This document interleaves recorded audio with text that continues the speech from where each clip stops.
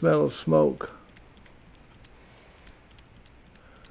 I don't like it at all. I don't even like woods fire. I used to stand in the middle of where the fire smoke was going, and just breathe it in, and I can't do that no more. I was in Shemya. We were locked down in our quarters, and it looked like it was snowing, but it wasn't snowing. It was ash from a volcano over in Russia, and it was coming down. Somebody thought it was real cute and opened the door in the kitchen, and that smoke just shot right through down in my lungs, and I've never been the same. My mother's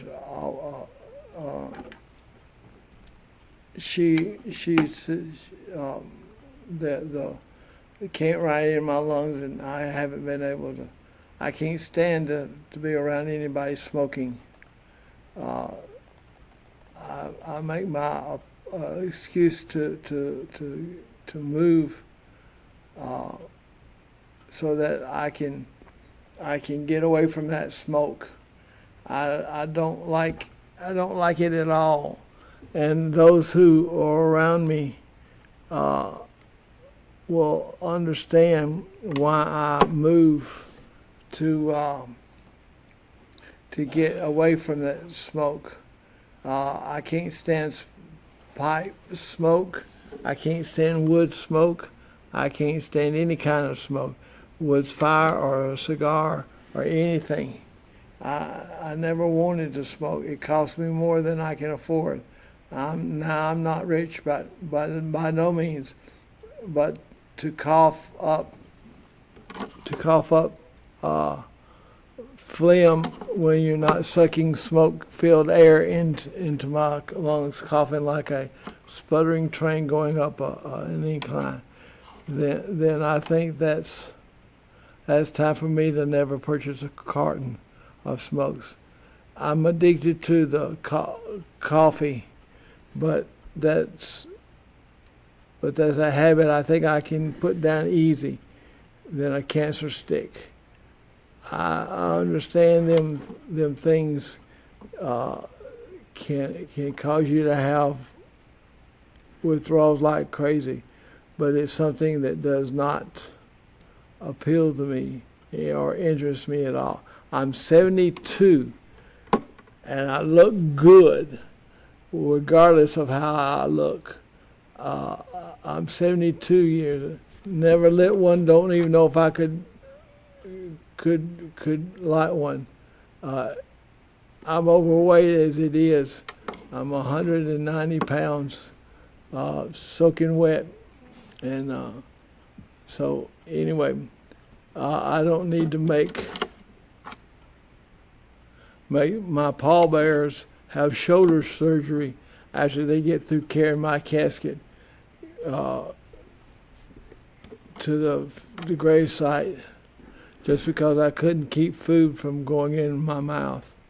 I respect my adopted parents that took me as if they had conceived me and took care of me, fed me, made sure I had proper clothing to go into school and church.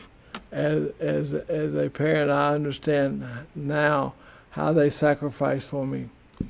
I only wish they lived long enough to see them to see me now. No more spankings, no more timeouts. If timeout was a form of punishment, then I would have been in the timeout corner almost all my life.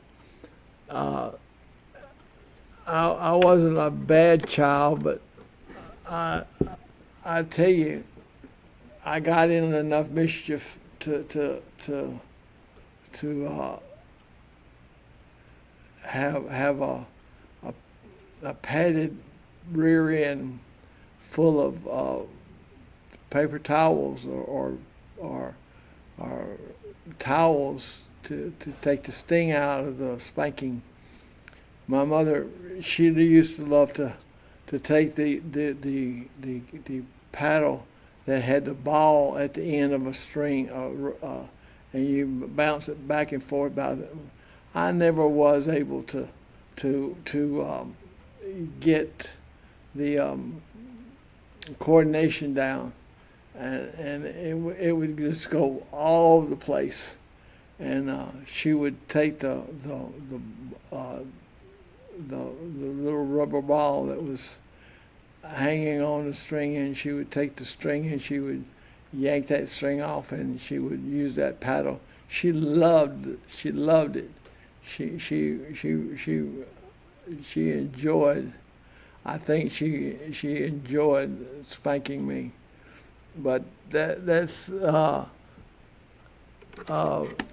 something that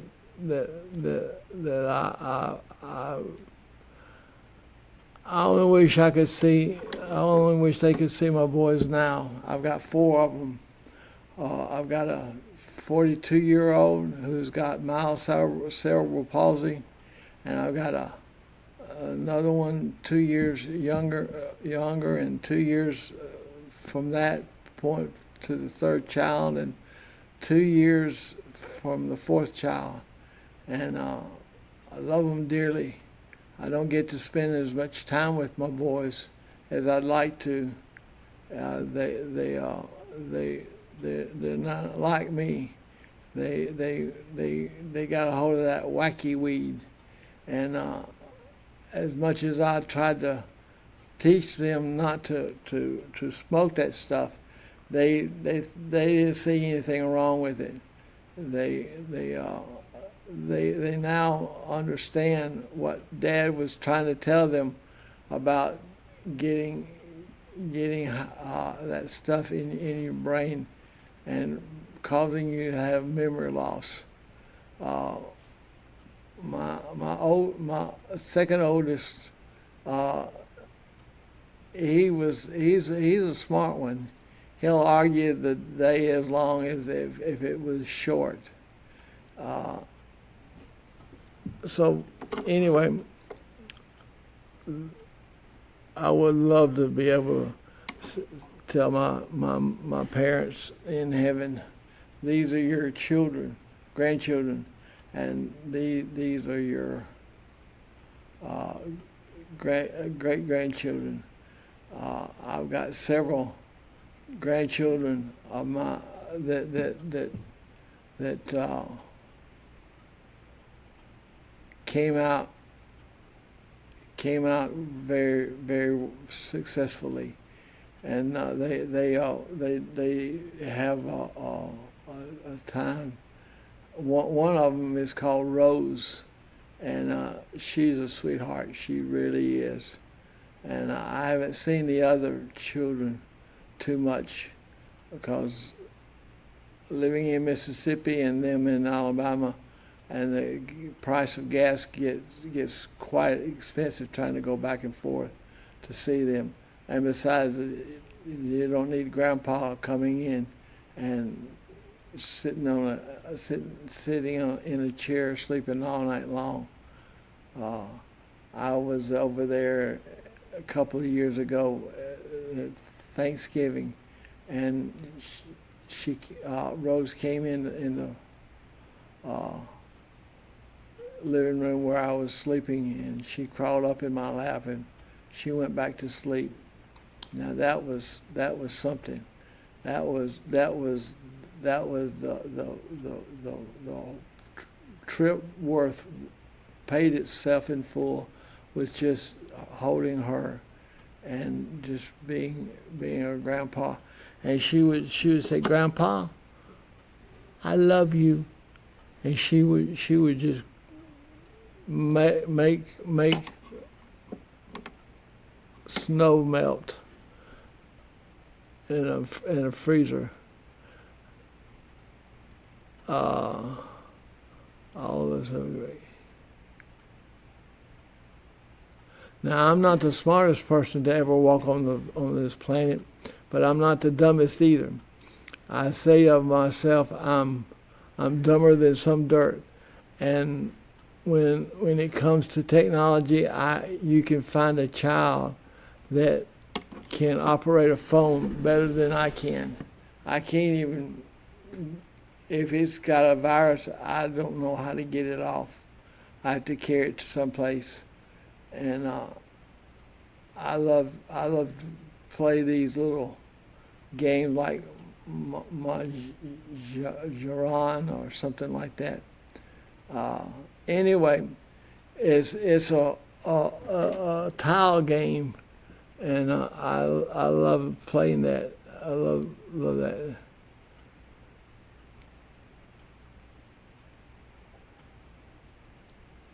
Now, when I send out a message, I try my best to type it in correctly, but it somehow, when I hit send, it changes it all over the place, and you have to understand how I am. It makes me very upset that the text messages do not get translated in the right way, which is not to say that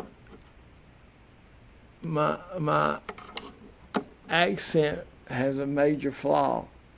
My PhD really works really well. You cannot hide the fact that I'm a Southerner.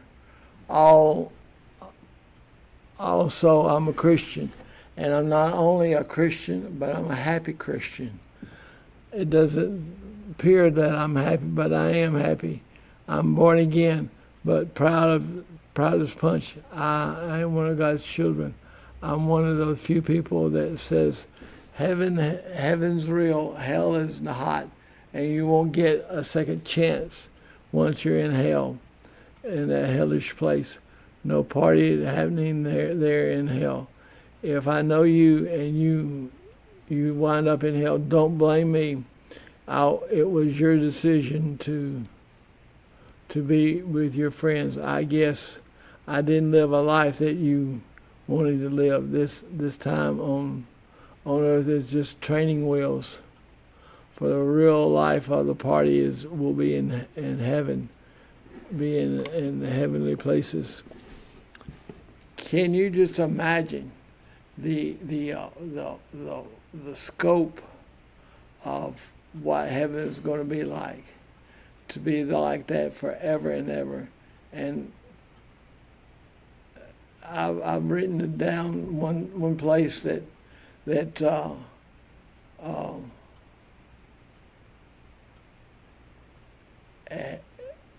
hell is that living on earth is just a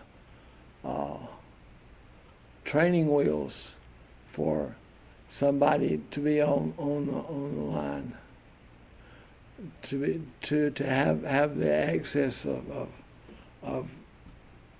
seeing what heaven is going to be like.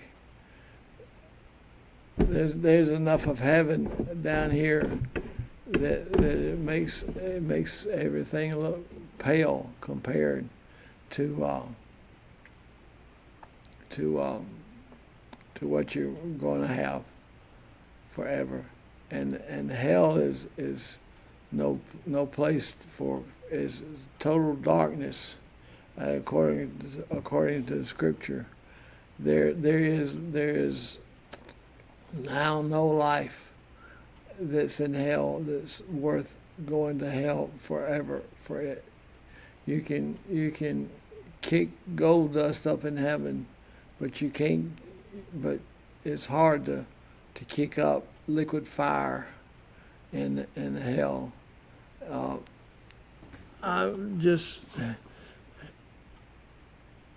I have a friend who says me people don't want to hear the funerals. They're sad things. So here we go. God, there won't be any gnashing of teeth nor fighting demons and devils for eternity is a clear choice. Where I will spend eternity is where I want to, that I'm banking on the way I live.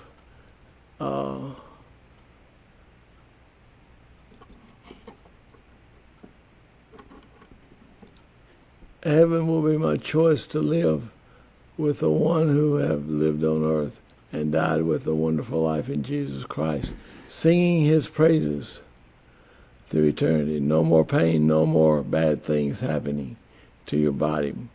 Oh, let me tell you, I have a hurting all in my body when it changes weather. I can tell you almost instantly how when the weather changes and the rain begins to fall, my body just aches with pain. It's unmerciful. And I woke up this morning cold and hurting, and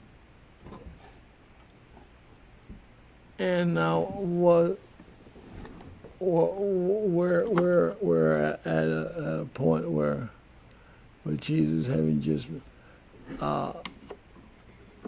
it says that we'll be sitting down with the.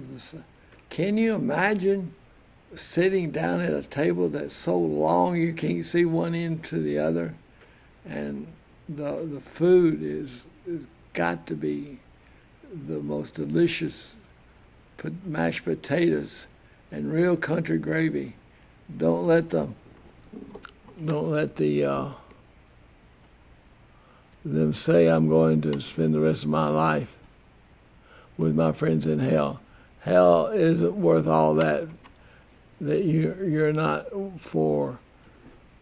You may have been nice to me, but you're not all that good of a friend to spend the utter darkness here and screaming that will go on forever, never stopping. I'd much rather be praising my Lord forever in the nice, beautiful setting as what the Bible says heaven is going to be like. I'm kicking up. Gold dust has got its advantages more than liquid fire. Let me stop preaching. Actually, I'm not preaching. I'm reading what I've written down.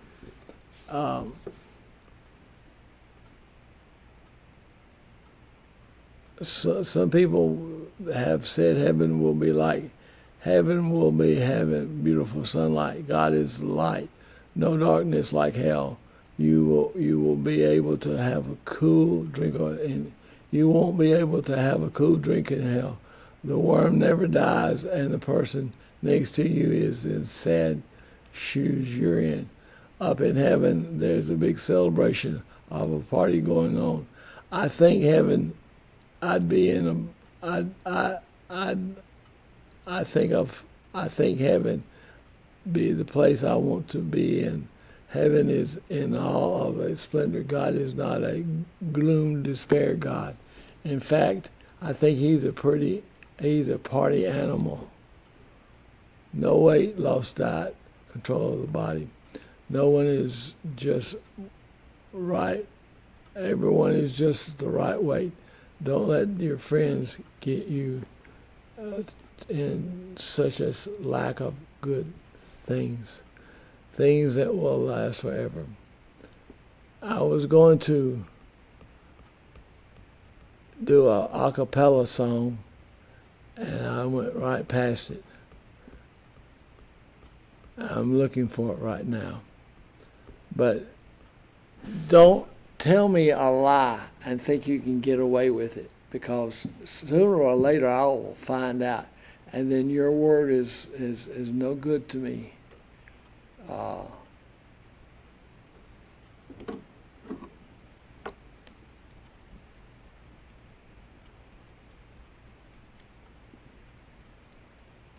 Your word is no good to me.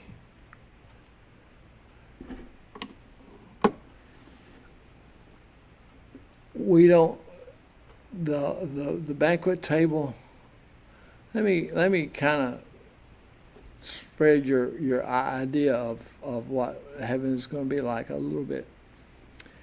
The banquet table is going to be a long table, I imagine, filled with all kinds of good food made by angels, and they know how to cook, because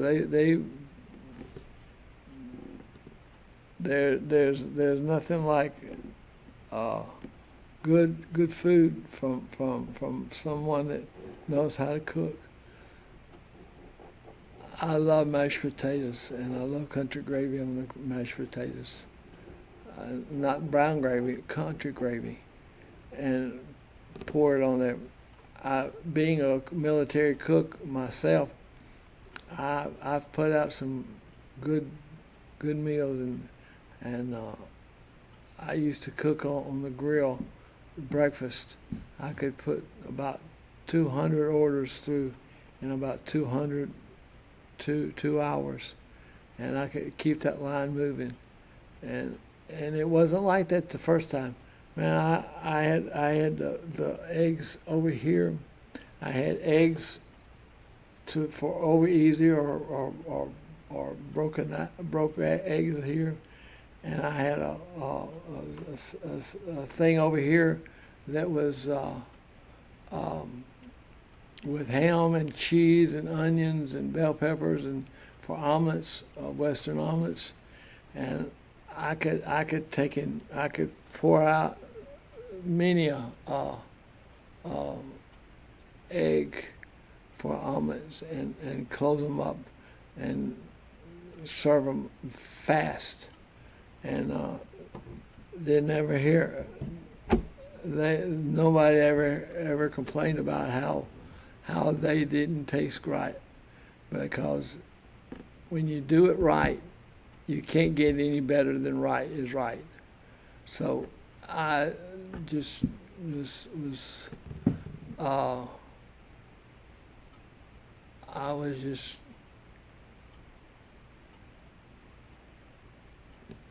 I was in my own world. I mean, I could dish it out, and I'd take the plate and scoop it, put it in the plate, and hand it back to them. And so the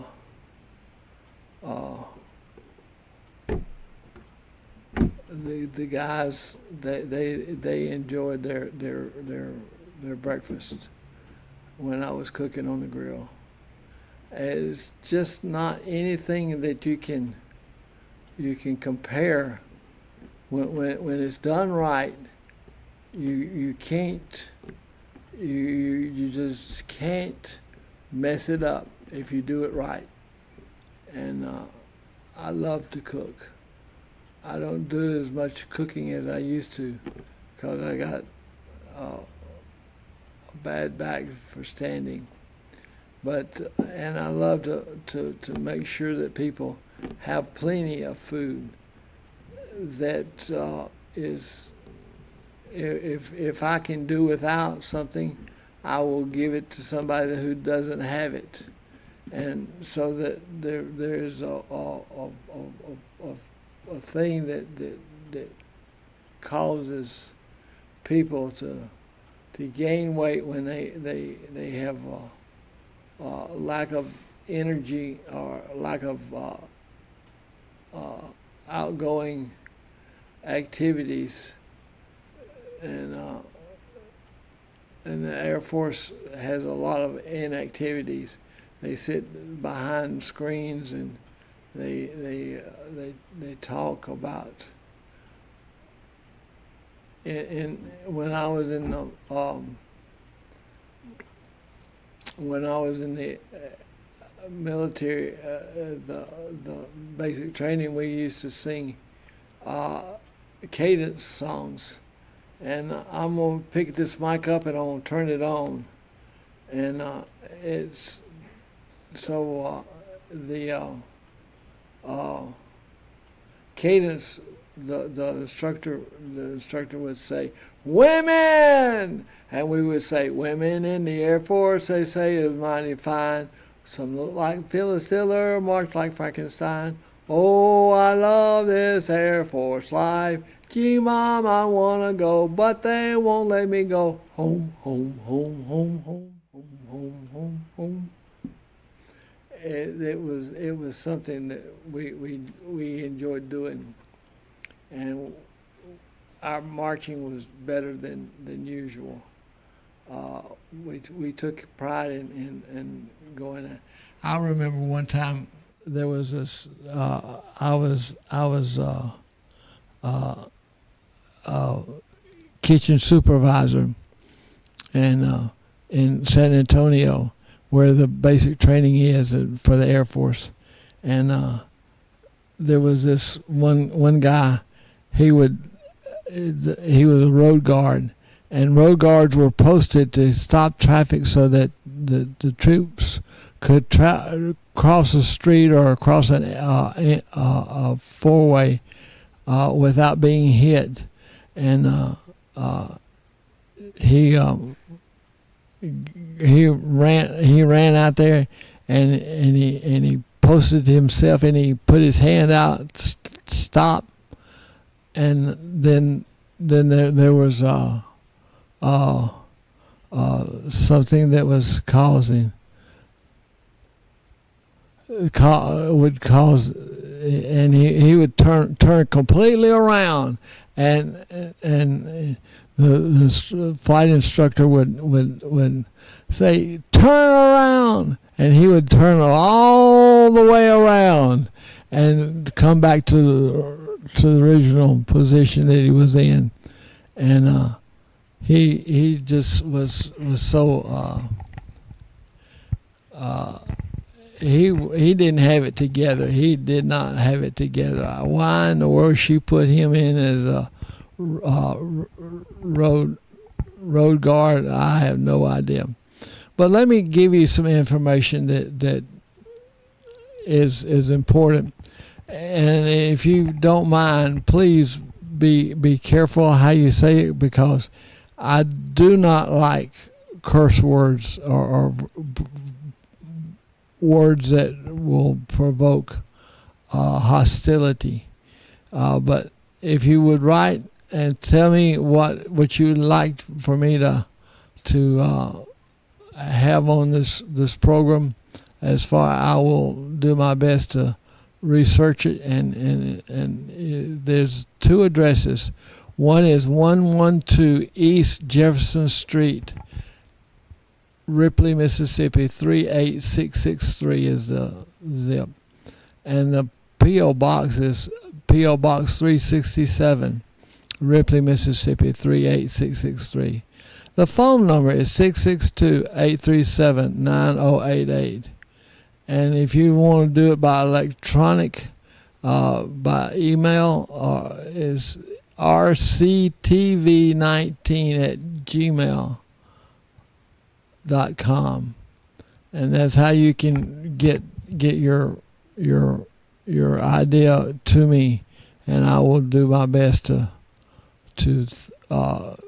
come up with the topic that has that. But this is from the heart of OG, and I appreciate you. I really do appreciate you tuning in. You are the ones that make this program work, and if you get to the point where you can't stand me anymore, just say, "I can't stand you." Get off the screen. Do something different, and I might not do it what you want me to do, but I'll try my best. But we are running short now of time, and the person who does the control monitoring has given me a time to shut up. So that's what I'm going to do. Is I'm going to shut up. So God bless you. If you have never accepted Jesus Christ as your personal Savior, now is the time. With 9 locations in North Mississippi, we offer the most comprehensive medical, dental,